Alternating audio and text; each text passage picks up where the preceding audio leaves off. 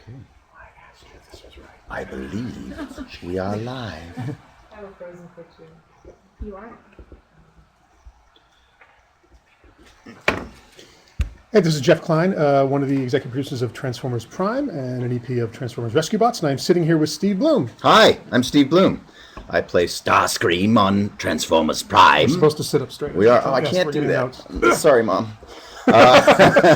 And I play Heatwave on Rescue Bots. So apparently we're going to be taking some questions that were pre-sent, and we're also going to be doing this live. So I'm going to grab a couple off the top that were sent in beforehand. Fair enough. And of course, I'm going to gear them toward you, so I don't have to think or do or anything. What do you enjoy most about voicing Starscream? Everything. I mean, what's not to like about Starscream? He's a naughty con. He's the ultimate naughty con. Always self-serving, always out for the greater good for Starscream. So that's always fun to play because I don't necessarily get to do that in real life. And working with an incredible cast that begins with Peter Cullen and Frank Welker as Optimus and Megatron, and just continues on with different levels of awesome throughout the whole room. It's amazing.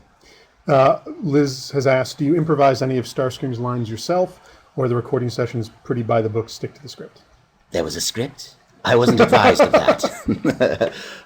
No, well, the writing is so good for the show that in most shows I will improvise a lot more. But the writing is so stellar on this, and I think the whole cast has concurred on that we stick to the script pretty closely for the most part. And the only time I will add a little something is basically to embellish as I'm feeling in the moment. But I don't really feel a need to deviate it from it too much. It's so good. I think it'd be tough on Transformers Prime to deviate too much because so much mythology exists, pre-exists, and there's so much stuff that's connected, not just across episodes or an entire season, but 20, 30 years of Transformers history. And I'm terrified that I might sabotage something. So, no, I try to honor the fans first, and by honoring the writers, I'm doing that. So. Dakota asks, what advice would you give someone who is looking to become a voice actor? Go to my website. Hey, 1995. No, it's free. It's just steveblumvoices.com, and I have a button on there that says, how do I become a voice actor? And I've got all sorts of information on how to start the process and links to books and to classes and other things, because that would take up an hour and a half of our time if I were to answer that in its entirety. So that would be a great place to go. All right, I'm going to grab a few more here. There's a question from Liz asking, do we know if Brian Tyler's score for the show will ever be released on CD? The answer is yes, and actually quite soon. So there'll be more coming out about that through official channels, but the answer is yes. Please buy it. Have we seen the last of, this is also from Liz, have we seen the last of Synthetic Energon? How about Dark Energon? Without giving too much away, as I've said in some previous interviews, once we introduce something into the world of Transformers Prime, we tend to revisit it, if only because with a computer show, you're kind of limited with how many new builds and how many new things. So much like the Indians used all the parts of the buffalo, we want to use everything and anything that we come up with. So yes, you will definitely be seeing more of the Energons we've established previously, and maybe even something new. And for the record, Dark Energon is delicious. Same question, same person wrote in. Any chance we might see a day in the life of Soundwave? That would be that'd be the artist. That'd be a silent movie. You would just follow Soundwave as he goes about his mundane tasks. It'd be great. He goes off, sits for an hour or two, moves He sits on Facebook. He joins into live chats. Yeah. He stays very plugged in. He has to. I know. No choice. Let's see here. This is from Alita saying, Starscream is my favorite con, and Mr. Blum, you do a very good job with his voice. Aw, thanks, Alita. Not even a question, just wanted to tell you that. Just wanted to reach out and let you know. I like him too. Thank you. Kate asks, does Bumblebee make an appearance in Transformers Rescue Bots? Again, I'm not sure we're supposed to give anything away, but what do we care? Yes. Yes, the answer is yes. And Bumblebee's not alone as far as characters from the Transformers universe who make an appearance in Transformers Rescue Bots. So, we want Rescue Bots to be its own show. Obviously, it exists on the same timeline and the same continuity as Transformers Prime, but it has to exist separately because as a younger skewing, softer, safer show, more about adventure versus battle, more about saving versus war, we don't want to have the two worlds have to cross all the time, but they do happen concurrently. Life on the island in Rescue Bots is going on at precisely the same time as the Autobots and Decepticons are waging war in Jasper, Nevada, and beyond. So those two worlds will occasionally cross, but it's very important to us to keep the world of Transformers Rescue Bots separate from the idea of an ongoing war or the end of the world or any of those more darker themes that we can dig into on a slightly older skewing show like Prime, but that we want to stay away from on a slightly younger skewing show like Transformers Rescue Bots. Parents, if you feel inclined to share that with your children, that's up to you. This is from Shia. Do you have a favorite Transformer of all time? No. I don't like to play favorites. It's like, choosing which finger to save and cut off all the other ones. How do you do that? Not even your own? Your own is not your favorite? No, I wouldn't say that. No, because I have so much fun in the booth, particularly on both shows, just watching everybody else's performances come to life. And I'm a fan as much as any of you guys are out there. So for me, it's just as enjoyable to watch Frank Welker transform his whole body to create some crazy voice as it is for me to do my own lines. I'd rather just sit there and giggle in the corner. How is it different for you being in the room on Transformers Prime versus being in the recording booth on Transformers Rescue Bots? Rescue Bots feels like a younger show. We've got some newer actors on that show and younger actors on that show. And for me, it's really fun to see how they're kind of coming into the fray and becoming their own person and their own actor through the process of recording this. So it's a different energy, but it's also a very close energy on both shows. And unlike a lot of shows that I've worked on, we all feel very, very connected, and we actually make plans to do things after the fact. And so there are differences there, but there are some crossovers too. Do you find you have to get in a slightly different head to do a bad guy versus a hero? Because on Transformers Rescue Bots, Steve actually plays the lead hero of the Autobots, whereas not so much on Transformers Prime. Yeah, I work more from the heart than from the head.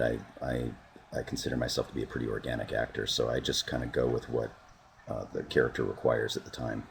And so I don't really have to put myself into a headspace. I'm not a method kind of guy like that.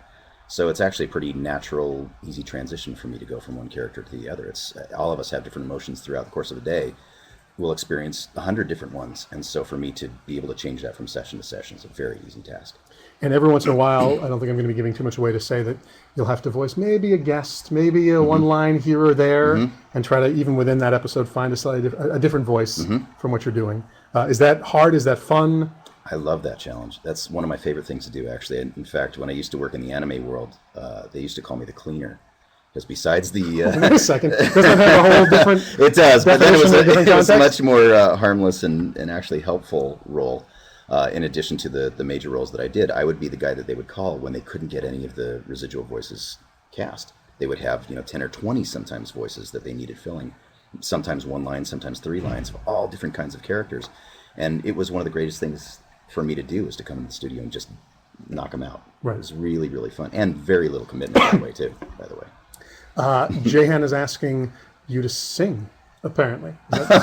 Now, perhaps, so you may know that Steve actually, in a previous life, was a musician, a performer. I was a guitar player, but I was not a singer. So that could go horribly wrong at any moment. So I think I'll reserve that to live performances, maybe. And so you guys have to go to my convention circuit to see that. Doesn't every guitarist eventually want to solo? Don't you want that moment in front of the microphone? I never really did. No. I thought bassists want to be in the back of this, but guitarists want to sing. I did do some singing. I played like a college circuit. I did do that. You dig deep enough. Way early on, and I was okay. And then later on, when I got into the real world and I realized what the requirements of a real singer were and who I needed to be as a singer, and to have all the spotlight on me all the time, I just didn't like it.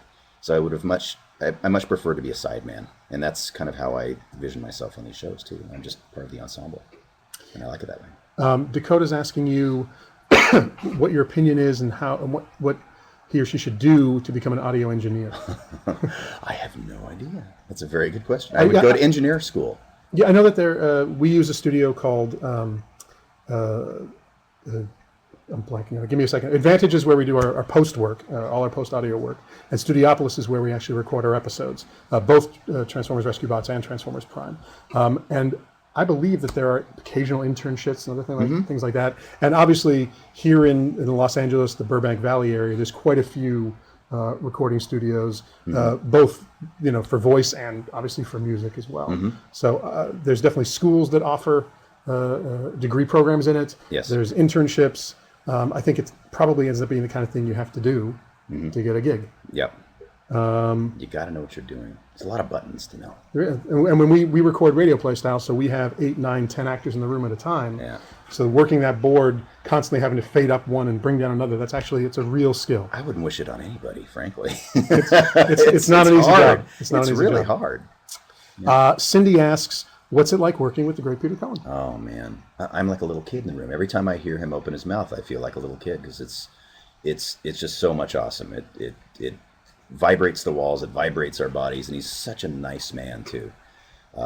It's very exciting for me. It never gets old either, and I thought that after a while I might get a little bit jaded, but it's always exciting to see Peter. I'm just thrilled that he's willing to do this. So yeah, I feel like Peter coming on board, both Transformers Prime and then Transformers Rescue Bots, gave us a certain amount of respectability, Absolutely. fan credibility in a way. Absolutely. And quite honestly, we felt the same way about you with Rescue Bots, with Transformers Rescue Bots. We're like, well, Steve Blum is willing to do it. It can't be that kiddie. It can't be, it must be more than a little kid show. Well, I love working on things that are really good for kids to watch too, and that's something I don't get to do often enough in my career. So I jumped at the opportunity for this, and I'm so excited to be a part of it. And also, in addition to that question about Peter, I worked opposite him on a block of programming called Toonami years ago, and I never got to work in the same room with him, and I've always loved his voice, and to actually be on the same cast with him now is just a dream come true for me. We're supposed to remind you that you can ask questions on the Hub's Facebook page or on the chat, so do that. Keep doing so. Yeah. We have plenty of questions though, so let's keep going. Is RC going to get another Autobot partner? This is from Angelina. RC seems to have trouble hanging on to her partners. We do tend to give her partners, and obviously Jack, perhaps unofficially, but is most recently her partner. Yes, she will be teamed up with more than just Jack coming down the pike. As with the first season of Prime, allegiances shift. People are moved around. We try to always keep it like life. We try to mix it up just like life. This one is from Diamond Lily. You think this is Diamond? We have a fantastic actress on our show named Diamond, fantastic singer. She plays Frankie. What's the first thing you do when you wake up in the morning, Mr. Kline? Quite honestly, the first thing I do is I have to remember which time zone I'm in because I live back on the East Coast, but come out here for 2 weeks every month. So I'm in Los Angeles for 2 weeks, then I'm home for 2 weeks working out of the East Coast. So literally the first thing I have to do is try to remind myself which coast I'm on. I can't even imagine doing that. I find it hard enough just to find my way to my car in the morning. Uniform Shark asks, is it fun or rather tiresome to screech around when voicing Starscream? What does that do to your vocal cords? Do you ever have to take lemon and honey afterwards? Well, I have a regime to treat the voice afterwards, but with this incarnation of Starscream, he really doesn't screech that much, not compared to like the original Chris Latta version. So when I actually do get to go up into that register, they don't make me do it over and over again, so it's not terribly painful. It's actually fun, and in fact, they often direct me to take it as screamy and girly as I possibly can, and for me, that's a great departure from the usual scary incarnation of Starscream where he usually lives. So, yeah, it's fun for me to do that, and I treat it with, I have these Chinese herbal throat drops and drink lots of water and sleep. That's pretty much how I heal after doing something like that. From Alita1Fan9, we have, by the way, my father and I plan on going to BotCon this year. Would we expect to see you there?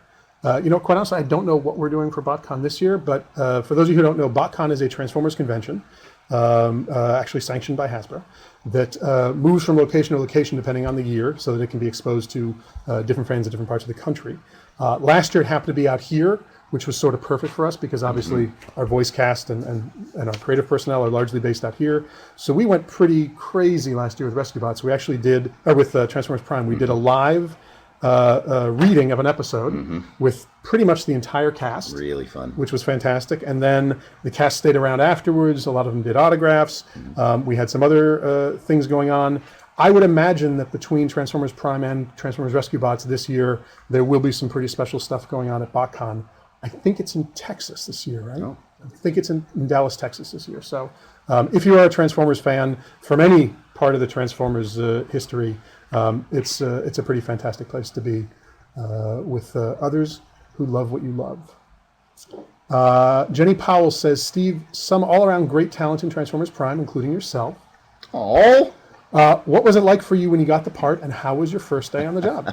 I screamed like a little girl. So many of us on the cast said that. It's one of those rare shows that comes up where we get to play iconic characters, and I actually couldn't believe that I had booked it. Sometimes I still can't believe that I booked it. It's one of those dream jobs that you get maybe a few times in your whole career, and I never take that for granted. So it was huge for me and continues to be. I just want to remind people that Transformers Rescue Bots will premiere on Saturday, February 18th, 11:30 Eastern Time, 8:30 Pacific Time on the Hub. And the second season of Transformers Prime, the Emmy Award-winning, multiple daytime Emmy Award-winning Transformers Prime premieres also on February 18th, which is a week from Saturday, with the first episode of a special 3-part premiere, and that's at 8:30 Eastern Standard Time, p.m., 5:30 p.m. Pacific Standard Time. Next question up, I'll take one.